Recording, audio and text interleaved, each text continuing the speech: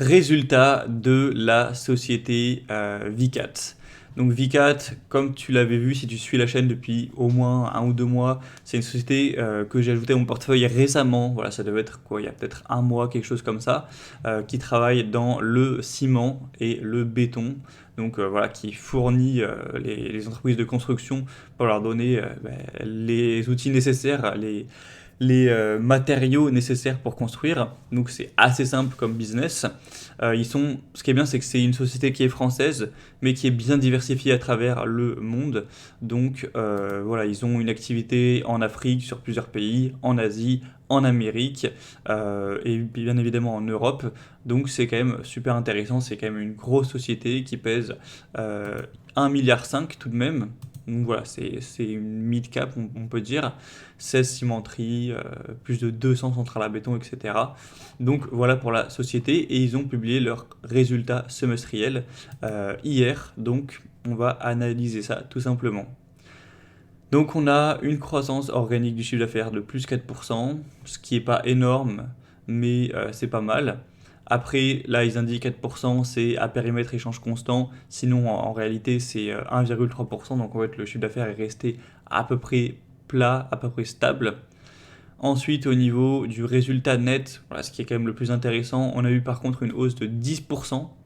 Donc ça, c'est quand même une belle croissance hein, sur un an, augmenter de 10%. C'est pas exceptionnel, c'est pas faramineux, mais c'est tout à fait correct selon moi. Ils expliquent cette hausse principalement par le dynamisme des marchés aux États-Unis et dans les pays émergents. Apparemment, leur usine aux États-Unis s'est mise à fonctionner à plein régime. On a eu une croissance au niveau de la construction en Californie, donc ça a permis d'avoir un petit peu plus de croissance, alors que ça a baissé en France. Mais là, c'est l'avantage d'avoir une société qui est bien diversifiée dans le monde. Voilà, un rebond des volumes en Californie, et quand même une grosse économie aux États-Unis. Donc ça a permis d'avoir une légère augmentation du chiffre d'affaires et aussi un léger coût, de ce que j'ai cru comprendre, de l'énergie. Donc voilà, des coûts de la société, donc ça a permis de faire un bénéfice un peu plus élevé qui augmente de 10%. Donc voilà, je ne vais pas te lire tous les rapports par rapport à chaque zone géographique, que ce soit le Kazakhstan, l'Inde ou autre. Franchement, même moi, j'ai pas tout lu en détail, je t'avoue. L'essentiel, c'est de voir comment se débrouille la société globalement, plutôt que de lire vraiment chaque rapport, chaque zone géographique. Mais en tout cas, c'est des résultats que je considère très corrects. Voilà, plus 10% sur le dernier semestre, voilà, c'est très bien. Ensuite, on va quand même faire un tour sur le bilan, qui doit être tout en bas. Hop, les états financiers. Donc on a l'état de la situation financière consolidée, je vais zoomer un petit peu. Donc actuellement, et là c'était fin décembre 2023. Donc on a quand même 6 milliards d'actifs. Dans ces actifs, bon, il y a quand même 1 milliard de goodwill. On a 100 millions, 160 millions d'immobilisation corporelle. Donc dans tout ce qui est vraiment tangible, on a quand même 2 milliards 6 d'immobilisation corporelle, donc toutes les usines, toutes les machines, etc., tous les terrains. Euh, En termes de cash, ils ont quand même pas mal de cash. On a des trésoreries équivalents à 500 millions. Donc ça, c'est quand même très correct. Pour rappel, la société pèse 1,5 milliard, donc 500 millions de trésorerie équivalents. Ça fait un cash flow qui représente un tiers de la capitalisation de la société. Donc ça, c'est quand même énorme, hein, un prix sur cash flow qui serait de 3. Et ensuite, au niveau des dettes, tout ça, on a certes des dettes qui peuvent être importantes, mais on se retrouve quand même avec des capitaux propres de 3 milliards. Donc 3 milliards de capitaux propres, la société vaut 1,5 milliard, donc ça fait quand même une bonne marge, même si on pourrait juger certains actifs trop surévalués, peut-être le goodwill ou quoi, ça reste quand même assez intéressant selon moi. Voilà, un prix sur actif net qui serait donc de 0,5 quasiment, peut-être un petit peu plus. Ensuite, un prix sur cash flow qui serait donc de 3. J'ai pas regardé sur le PER, mais bon, ça va s'actualiser rapidement, j'imagine, sur les sites de finance. Donc, ils ont fait un résultat net de 104 millions. Donc, j'imagine, si on considère que le prochain semestre sera similaire, ça fera 200 millions environ. Donc, s'ils sont sur un bénéfice net de 200 millions, ça fait quand même un PER qui serait à 7,5. Voilà, c'est tout à fait correct, hein. Donc selon moi, elle reste sous-valorisée. selon Morningstar, on devrait avoir une valeur qui serait à 45 euros. Donc ça fait une hausse voilà, qui serait voilà, de 10 à 30% selon eux. Donc selon moi, c'est ça, elle est sous-valorisée, c'est pas non plus extrêmement drastique, c'est pas aussi drastique que ce qu'on a vu avec Moulinvest, que je t'ai présenté il y a quelques semaines, où là vraiment ça paraissait fou. Là c'est sous-valorisé, mais voilà, on n'est pas sur du x2.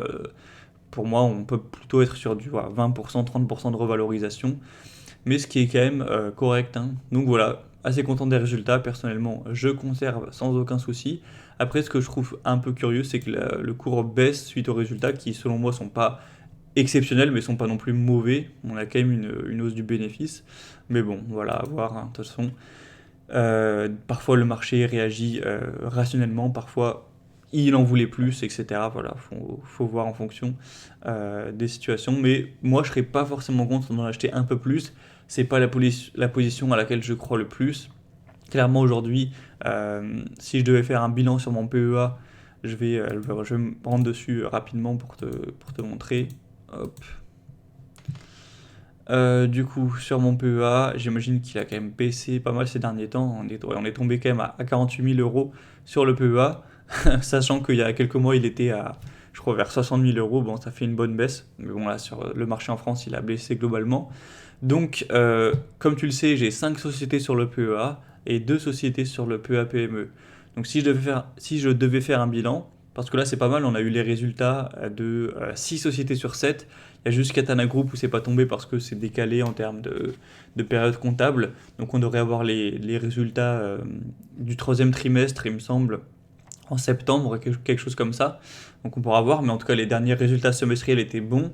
C'est pour ça que j'ai renforcé fortement. Hein, donc, Katana, en soi, je voudrais renforcer, mais j'ai déjà pas mal renforcé. Donc, si j'avais du cash, je renforcerais pas plus. Voilà, c'est déjà pas mal, 17 000 euros dessus. C'est de loin la plus grosse position donc, du portefeuille. Donc, je renforcerais si j'avais moins dessus, mais là, en l'occurrence, du coup, non. Métropole TV, j'ai pas spécialement le souhait de renforcer. Veralia non plus, suite au résultat qui était pas terrible. C'est surtout ça qui a fait perdre le portefeuille. Vika, je serais pas contre de renforcer un peu, surtout que j'ai pas beaucoup sur la position. Donc voilà, remettre 1000, 2000 euros, 3000 euros même, ça me dérangerait pas. On a des résultats qui je pense, sont corrects. Nexity aussi, je serais pas contre de renforcer, vu les résultats qui me paraissent encourageants. Donc voilà, sur ces 5 sociétés, je renforcerai pas Veralia, pas Métropole TV, pas Katana parce que j'ai beaucoup investi, mais sinon oui. Et V4 potentiellement, pourquoi pas. Et Nexity, je serais vraiment plus en faveur de renforcer. Si j'avais là 2000 balles, je les mettrais sur Nexity clairement. Et du coup, pour faire le mini bilan sur mon PEA PME, qui lui bah, voilà, est resté vers 20 000 euros, ça n'a pas trop bougé dernièrement, mais il s'est bien cassé la gueule aussi, ça c'est sûr. Hein. Il y a quelques mois, c'était à 27 000, je crois.